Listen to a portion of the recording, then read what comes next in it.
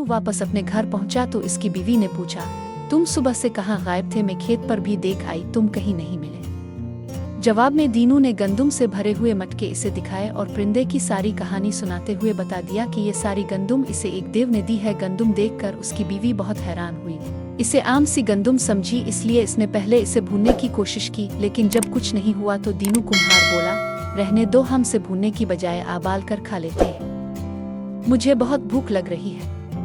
इसके बाद वो इसे काफी देर आबालती रहे। इसके बाद भी वो नर्म न हुई कि तो दीनू और उसकी बीवी ने इसे कच्चा ही खाने की कोशिश की। इस कोशिश में हर तरफ से नाकाम होकर आखिर दीनू बोला, ये सब बेकार है, ये गंदुम जितनी खूबसूरत नजर आती है इतनी है बेफायदा है। आखिर तंग आकर दीनू ने ये सारी गंदुम बाहर कचरे में फेंक दी और खुद दोनों मियाँ बीवी अपने आम से चावल आबाल कर खाने लगे। इससे पेट भर और मजे से गहरी नींद सो गए।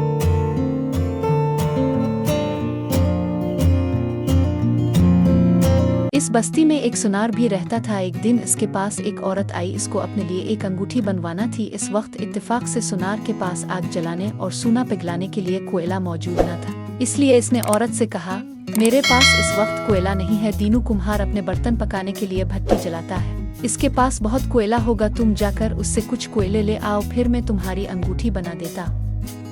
सुनार की बात सुनकर औरत दीनू कुम्हार के घर की तरफ चल पड़ी। दीनू के घर के बाहर कचरे का एक ढेर था, जिस पर दीनू अपने इस्तेमाल शुदा कोयले फेंक देता था। औरत ने सोचा, दीनू से मांगने की बजाय मैं कुछ कोयले यहीं कचरे से इकट्ठे कर लेती हूँ। ये सोचकर वो कचरे के ढेर से कोयले कुरेदने लगी।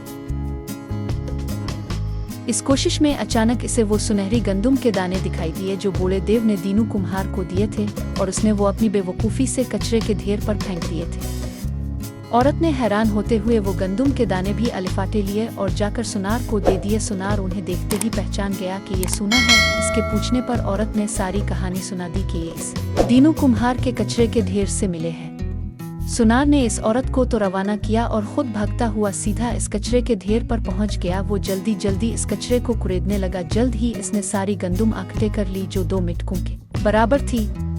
इतनी देर में दीनू कुम्हार भी अपने किसी काम से बाहर निकला तो इसकी नज़र सुनार पर पड़ गई। कचरे से गंदुम इकट्ठे करते देखकर वो चलाया, अरे बेवकूफ़ सुनार, इसे फेंक दो, ये गंदुम किसी काम की नहीं, ना तुम इसे भून सकते हो, ना आबाल सकते हो, ना चबा सकते हो, ये बिल्कुल बेकार है। सुनार हंसते हुए बोला, बेवकूफ़ में नहीं बल्कि तुम हो, ये गंदुम नहीं बल्कि सूना है। इसकी बात सुनकर दीनू बहुत हैरान बल्कि परेशान हुआ और बोला, ये गंदुम मेरी है, मेरे कचरे के ढेर पर पड़ी है, तुम ये मुझे वापस कर दो, ये मुझे इस बूढ़े देव ने दी थी जहाँ वो बड़ा सा परिंदा मुझे लेकर गया था। इसके बाद इसने सुनार को परिंदे और देव की सारी कहानी सुना दी। ये सुनकर सुनार के दिल में भी लालच आ गया और वो कहने लगा, मैं ये सुनहरी गंदुम एक शर्त पर वापस करूंगा, वो ये कि तुम मुझे भी इस बूढ़े देव से इतना ही सूना लेकर दो। दीनू ने हामी भर ली। चंद दिन बाद एक दफा फिर दीनू को वही बड़ा सा परिंदा अपने खेत में दिखाई दिया। इसने फौरन सुनार को बिला भेजा। परिंदे को देखकर सुनार हैरान रह गया। जब परिंदा वापस जाने के लिए अलिफाने लगा तो दीनू ने अलिफा चलकर उसकी दाम पकड़ ली और उसके साथ लटक गया। सुनार ने भी दीनू की टांगें पकड़ ली। जब परिंदा हुआ में आड़ा तो एक अजीब नजारा था। दीनू कुम्हार परिंदे की दाम पकड़े लटक रहा था, जबकि सुनार उसकी टांगों के साथ लटक रहा था। सुनार तो इस सोने के ख्वाबों में डूबा हुआ था जो इसे बूढ़े देव से मिलने वाला था। जब परिंदा आसमान पर काफी ऊपर चला गया तो अचानक सुनार के दिल में ना जाने क्या आई। इसने दीनू से पूछा, मुझे ये तो बताओ कि एक मटके में कितना सोना आ जाता है?